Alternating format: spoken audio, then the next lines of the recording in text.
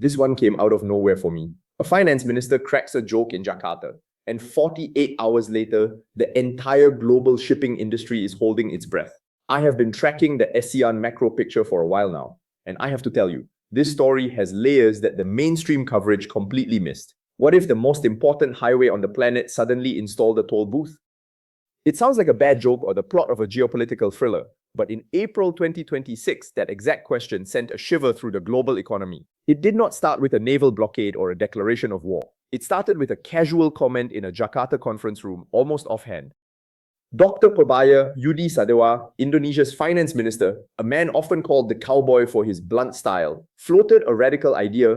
He suggested that Indonesia, Malaysia, and Singapore should stop providing a free ride to the world and start charging transit fees for every ship passing through the Strait of Malacca. For 48 hours, the Malacca toll was all anyone in the shipping world could talk about. The global maritime order rests on a simple idea: the high seas belong to everyone and no one. That idea suddenly felt incredibly fragile. Purbaya was not just talking. He was looking at a map that had already been redrawn thousands of miles away. To understand why this joke felt so dangerous, you have to stand where the world narrows. Imagine you are on a small fishing boat in the Phillips Channel, just south of Singapore. To your left and right, the horizon is blocked by steel walls 30 stories high. These are very large crude carriers, monsters of the sea, each carrying 2 million barrels of oil. The air here does not smell like salt. It smells like heavy diesel and industrial grease. You are standing in a gap only 2.7 kilometers wide. This is the narrowest point of a 900-kilometer funnel through which 102,525 vessels passed in 2025 full-year actuals. Verified. For decades, we have treated this stretch of water as a maritime common. A maritime common means the ocean is like the air. Anyone can use it, no one pays for it. But nature did not provide the radar systems that prevent collisions. Nature does not pay for the patrol boats that fought off 108 piracy incidents last year alone, a 74% increase from the year before. And nature certainly does not clean up the oil when a hull scrapes the bottom. The littoral states, the countries whose coastlines actually touch this water, are starting to realize they are the ones paying for the landscaping and the security. The wealth of the world sails past their front door. But what do they get? The exhaust and the risk. That is the tension underneath it all. The world treats the Strait of Malacca like a public park, but someone has always been paying for the gardener. The real reason Purbaya's comments caused a panic is because of what is happening in the Persian Gulf. By late February 2026, the Strait of Hormuz was effectively closed to commercial transit. Oil majors halted shipments. War risk insurers cancelled cover.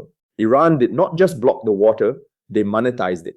And began charging a Tehran toll of roughly $2 million per transit for a fully loaded supertanker carrying 2 million barrels of crude. That works out to roughly $1 per barrel. Just follow the money.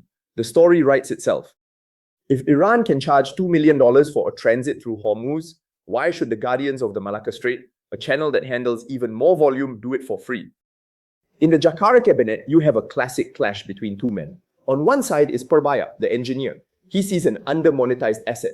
Singapore captures all the value through refueling and ship repairs. Indonesia bears the environmental burden. He wants a three-way split of a transit levy.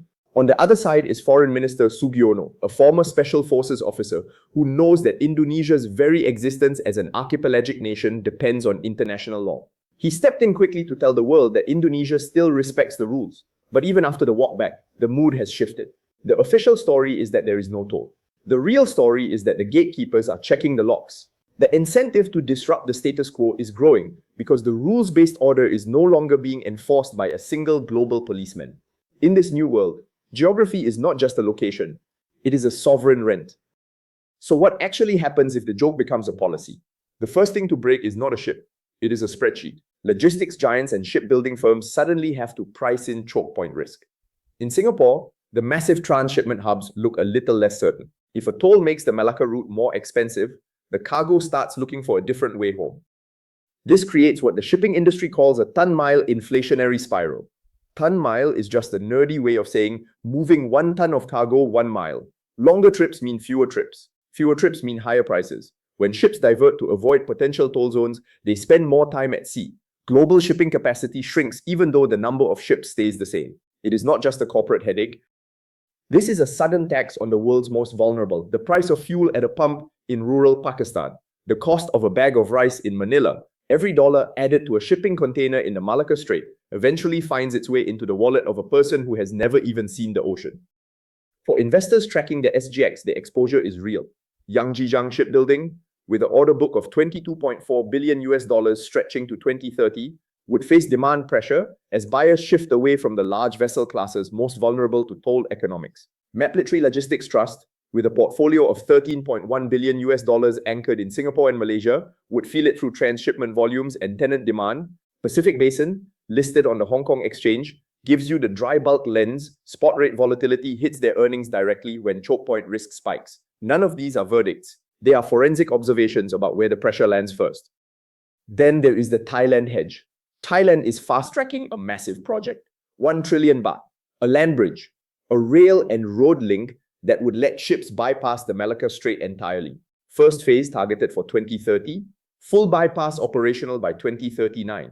It is a massive gamble, but in a world where the Strait might have a toll booth, a $31 billion bridge suddenly looks like a bargain. But the biggest loser in this scenario is China. The Malacca dilemma is China's nightmare in 2 words. Nearly 80% of their oil imports come through this single crack in the map. If the Strait is disrupted, one estimate puts China's daily vulnerability cost at $133 million in energy price spikes alone. That figure is illustrative based on the volume of crude China imports through this corridor. But the order of magnitude tells you everything you need to know. Beijing is desperately looking for a way out. Pipelines through Myanmar, overland routes through Central Asia. But the math is grim. The Myanmar pipeline handles roughly 420,000 barrels per day. China needs 6.5 million barrels through Malacca every single day. There is no easy replacement for the water. Urbayer eventually called his proposal a joke, but it was a joke that functioned as a way to test the price. He wanted to see how much the world would scream if the gate started to close. This story reveals a fundamental shift in how ASEAN nations see themselves. For a long time, the region was a theater where great powers played out their rivalries. Now, the states that actually own the coastline are realizing they do not just have to watch the play, they own the stage. We are moving away from an era of maritime commons, where the ocean is a shared utility, and toward a managed gateway model, where geography is used as leverage. The Strait of Malacca is the ultimate bargaining chip. As the sun sets over the Phillips Channel, the lights of 100 tankers begin to twinkle like a floating city. It looks peaceful, but that peace is built on an assumption that the road will always be free. The question is no longer could it happen. The question is, what are we willing to pay to keep the gate open? And what happens when the gatekeepers decide that our thank you is no longer enough? The story of the Malacca toll is not over. It is just waiting for the next person to decide that the joke is worth telling again. CPA version B. This is one of those stories where I genuinely want to know what you think. Is the era of the free maritime commons actually over? And if you are holding logistics or shipping exposure in your portfolio, how are you thinking about choke point risk right now? Drop it in the comments. I read every single one. If this kind of ASEAN macro lens is useful to you, hit subscribe and join the community. We go a lot deeper on the forensics every single week. Iggy's Forensic Disclosures. This content is produced for educational and informational purposes only. I am not a financial advisor. I am a retail investor who applies forensic analysis to my own portfolio and shares that process publicly. Nothing here constitutes a recommendation to buy, sell, or hold any security, and no specific target prices or personalized financial advice are offered. All data is sourced from public filings and verified sources. Where data is unverified, it is explicitly flagged. All investments carry risk, including the potential loss of principal, and past performance is not indicative of future results. If you are making investment decisions involving CPF, SRS, or personal capital, please conduct your own due diligence or consult a May S licensed financial advisor before committing funds.